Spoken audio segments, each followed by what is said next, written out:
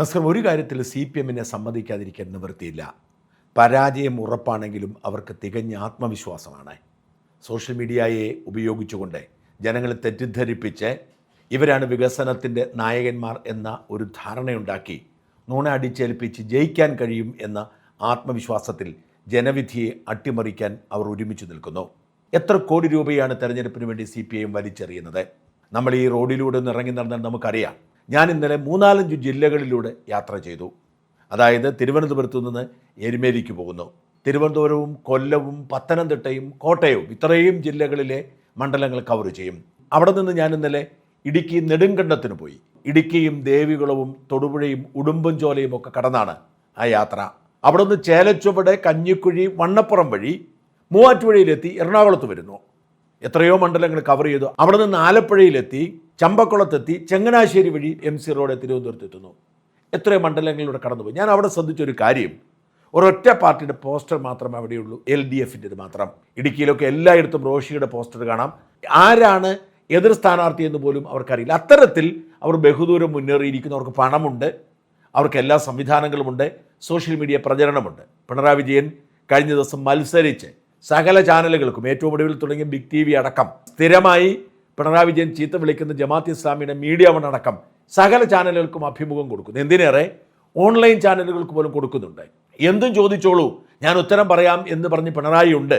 അതിനുള്ള ധൈര്യം പ്രതിപക്ഷത്തിനുണ്ടോ എന്നൊക്കെ ബുദ്ധിജീവികൾ ചോദിക്കുന്നു. നമുക്കൊക്കെ അറിയാം, നേരത്തെ ഇന്ന ചോദ്യങ്ങൾ മാത്രമേ ചോദിക്കാവൂ എന്ന് ഉറപ്പാക്കിയിട്ട് മാത്രമാണ് അഭിമുഖത്തിന് സമ്മതിക്കുന്നത്. അതുകൊണ്ടാണ് മൂർച്ചയുള്ള വാക്കുകൾ കൊണ്ട് കൈകാര്യം ചെയ്യുന്ന സിന്ധു സൂര്യകുമാർ പോലും പൂച്ചക്കുട്ടിയെ പോലെ ചോദ്യങ്ങൾ ചോദിച്ചത്. അങ്ങനെ കർശനമായ ചോദ്യങ്ങൾ ചോദിച്ചാൽ അദ്ദേഹത്തിന് അഭിമുഖം കിട്ടില്ല.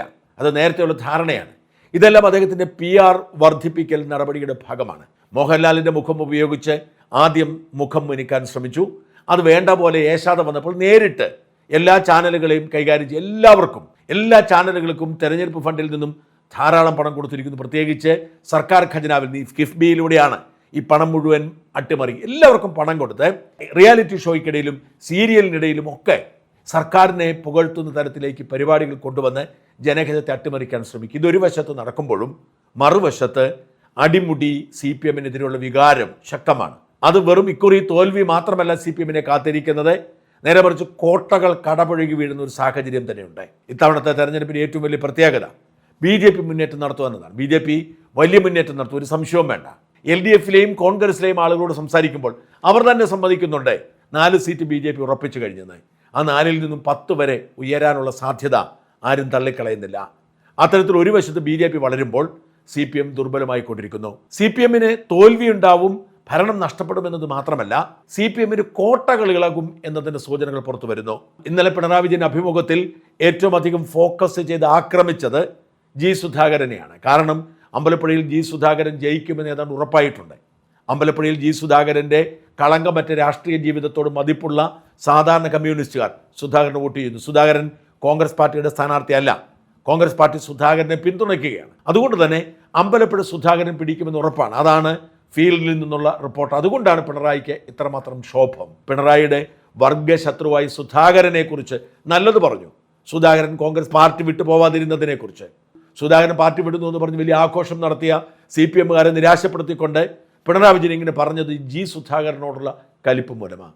അമ്പലപ്പുഴയിൽ മാത്രമല്ല കായംകുളം അടക്കമുള്ള പലയിടങ്ങളിലും CPM-നെ ബാധിക്കും. ഇതിൽ പത്തനംതിട്ടയിൽ ഇതിൻ്റെ ചലനം വ്യക്തമാണ്. വീണ ജോർജിന് തോൽവിയാണ്. ഏറ്റവും ആദ്യം തോൽക്കുന്ന ഒരു വനിതാ നേതാവ് വീണ ജോർജ് മാറും.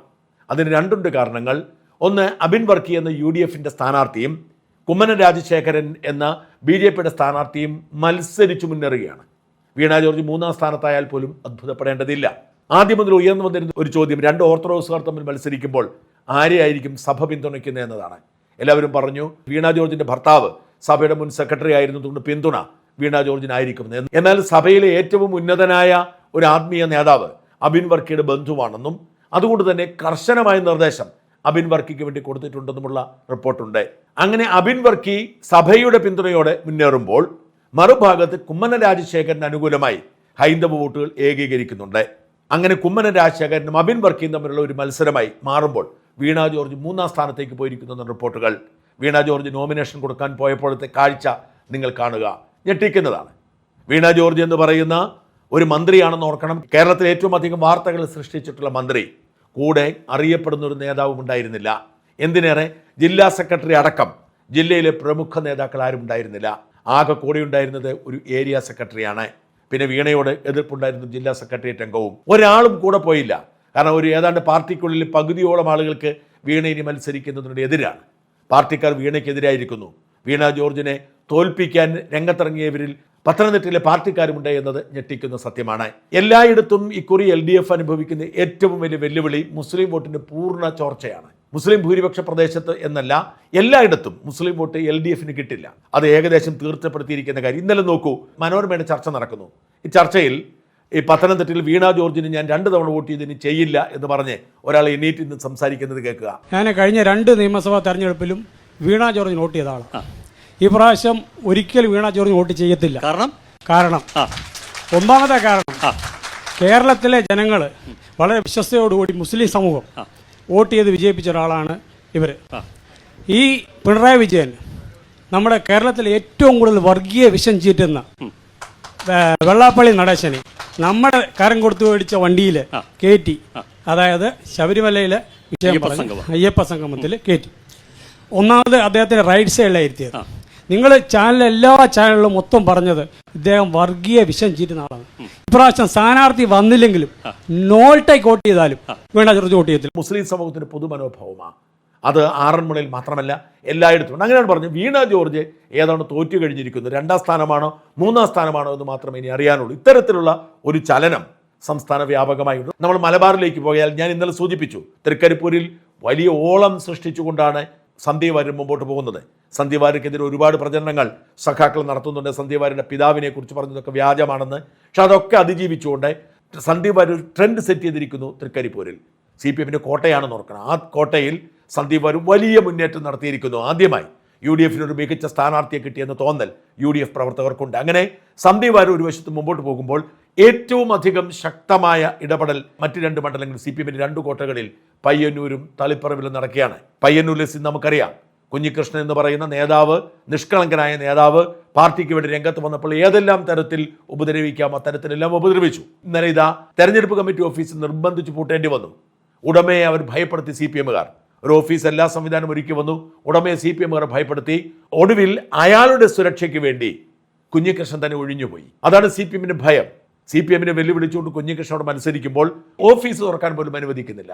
ഇക്കുറി കള്ളവോട്ട് അവർക്ക് നടത്താൻ കഴിയില്ല. SIR വഴി ഒരുപാട് ഇരട്ട വോട്ടുകൾ ഇല്ലാതായിപ്പോയി. എന്ന് മാത്രമല്ല, ഇന്നലെ ഈ മധുസൂദനൻ എന്ന CPM സ്ഥാനാർത്ഥിക്ക് വേണ്ടി അവിടെ നടന്ന കൺവെൻഷനിൽ ഒരുപാട് പേര് പങ്കെടുക്കാതിരിക്കാൻ പറ്റില്ല. പക്ഷെ അവരുടെയൊക്കെ മുഖത്ത് നിർജീവത കാണേണ്ടതാണ്. നേതാവ് പ്രസംഗിക്കുകയാണ്, നമ്മൾ 100 സീറ്റ് തികയ്ക്കും, അതിൽ ഏറ്റവും മുമ്പിൽ ഏറ്റവും ഭൂരിപക്ഷത്തിൽ മധുസൂദനൻ ജയിക്കുമെന്ന് പറഞ്ഞാൽ ആരും കൈയടിക്കുന്നില്ല. ആർക്കും ആത്മവിശ്വാസമില്ല. ആളുകൾ കൈയടിക്കാൻ ഈ നേതാവ് പറഞ്ഞിട്ടും ആരും കൈയടിക്കുന്നില്ല. ഒടുവിൽ പേടിച്ച് ചിലർ കൈയടിച്ചു. അതുകൊണ്ട് 3ാം വട്ടവും LDF വരും.